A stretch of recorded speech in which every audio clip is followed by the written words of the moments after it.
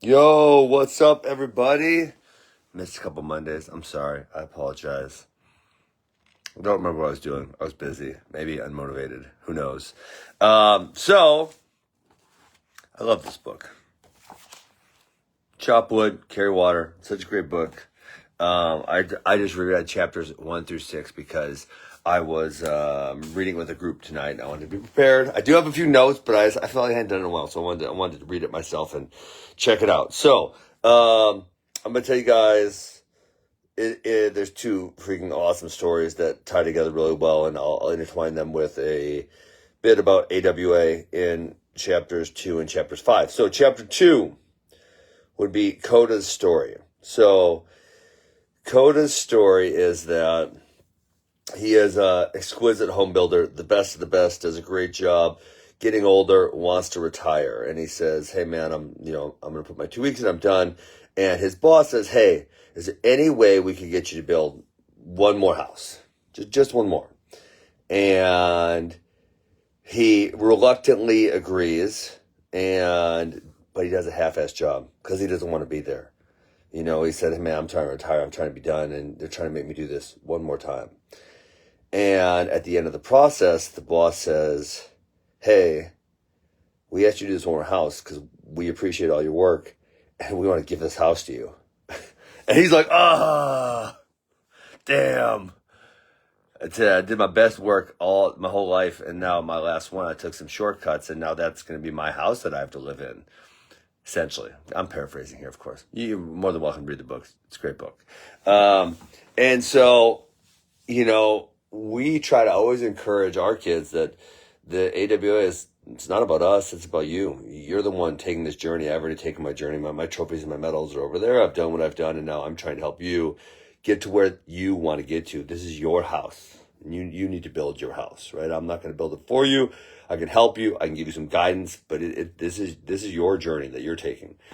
So now let's tie that in with chapter 5. Oh, I got to find this. I actually got to read this quote because this quote gets me fired up every single freaking time. I should probably just read this quote every single morning to get pumped. To be faithful selling individual matchsticks door to door. Everyone wants to build the next Apple or Facebook, but nobody wants to sell matches. Everyone wants to become a samurai warrior, but few are willing to faithfully chop wood and carry water. So, man, that sentence or couple sentences is really powerful. And so when we pair that with what I just said about, hey, we're the guide for every kid that comes to our door, and it's their job to, build their house and be what they're going to be. And we can give them advice and guidance, but they're going to do it. And, I was thinking that, as our kids get older and better, obviously some of them start standing out, and there are certain ones that I choose to invest more of my time into, and all the other managers do, right? Whether it's Max or Josh Wagner or Pat Spray, they're all investing time in kids. But by the time I'm investing a heavy amount of time into oh my god, my hair looks ridiculous. What the hell is that right there? Looks like part of my head got blown off. By the time I'm investing a lot of time in kids, they better be holding themselves to a really freaking high standard. Because I'm going to hold them to a high standard. If they're not willing to meet my standards, then I'm not going to spend my time with them, right? There is going to be a necessity to put in a certain amount of work. And if you're not willing to do that, I know you're likely to come up short of your goals and disappoint yourself and disappoint me. And so if you're not willing to put that effort in, I'm not going to put the extra time in. But the truth of the matter is, most of the kids who I'm putting a lot of time into, their standards for themselves often become higher than my standards. I would actually even say that their standards for themselves lots of times become somewhat unrealistic, right? They almost kind of think they can be perfect and they just be a machine and work all the time. And I have to, pull them back and say, hey man, like you could take a day off, or, they lose a match they didn't want to. Hey, it's like, we all had losses, not a big deal. Let's figure out what we learned from it. Let's bounce back and let's go again, And, I was kind of just thinking through this, and this is AWA too, and myself, Max, and John. It's like I hold myself to a really high standard. I am going to do the best freaking job I can for the most amount of kids, and when that amount of kids gets too big, we're going to hire another coach, and we're going to just try to replicate that thing over and over and over again. Because our goal is to help as many kids as possible.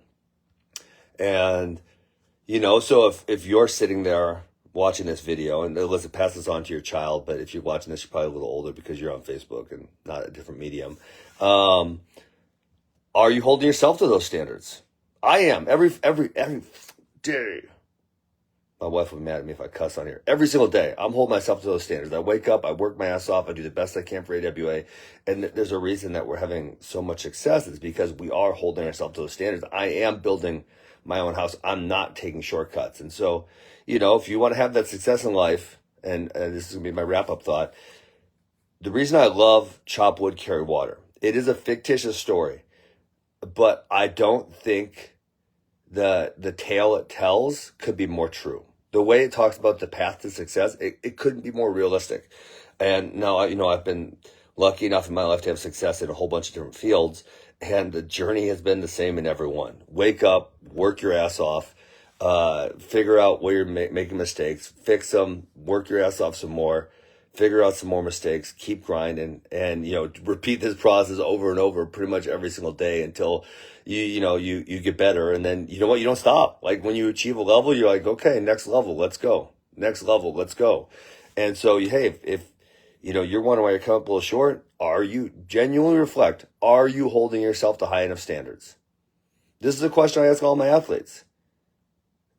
And if you're not, step it up. What's holding you back? You scared? You being a coward? Freaking ramp those standards up. Okay? You tell me you want to be a Fargo champion. Tell me you want to be D1. I know what it takes. I know what it takes. You're not doing what it takes. I'm not telling you need to be that. You're telling me you need to be that.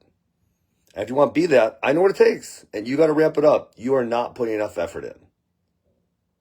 Right? And that's a hard conversation you got to have. But sometimes that's the hard conversation you got to have with yourself. Am I willing to do the work necessary to be as great as I want to be? Right? I'm not willing to lower my standards, so sometimes I got to put a lot of work in. And that's just how it goes. If we want to do great things, we got to put a lot of work in. And so I will go back one more time. This is the quote. Oh, man, this is not the quote. Oh, I thought I had it written down. I'm an idiot. All right, one more time here. I will read this quote one more time because I love this quote. It's one of my favorites. Okay. Oh, I should have memorized by now. John, everyone wants to start the next IKEA, but few are willing to be faithful selling individual matchsticks door to door. Everyone wants to build the next Apple or Facebook. Nobody wants to sell matches. Everyone wants to become a samurai warrior, but few are willing to faithfully chop wood, carry water. I'm willing to do it every single day. That's why none of you other wrestling academies stand a chance, because we will not stop chopping wood, carrying water. We're going to work our ass off every single day to help as many kids as possible and be the best we can be. I hope you do the same with your life. That's all I got. I'm out of here. Peace.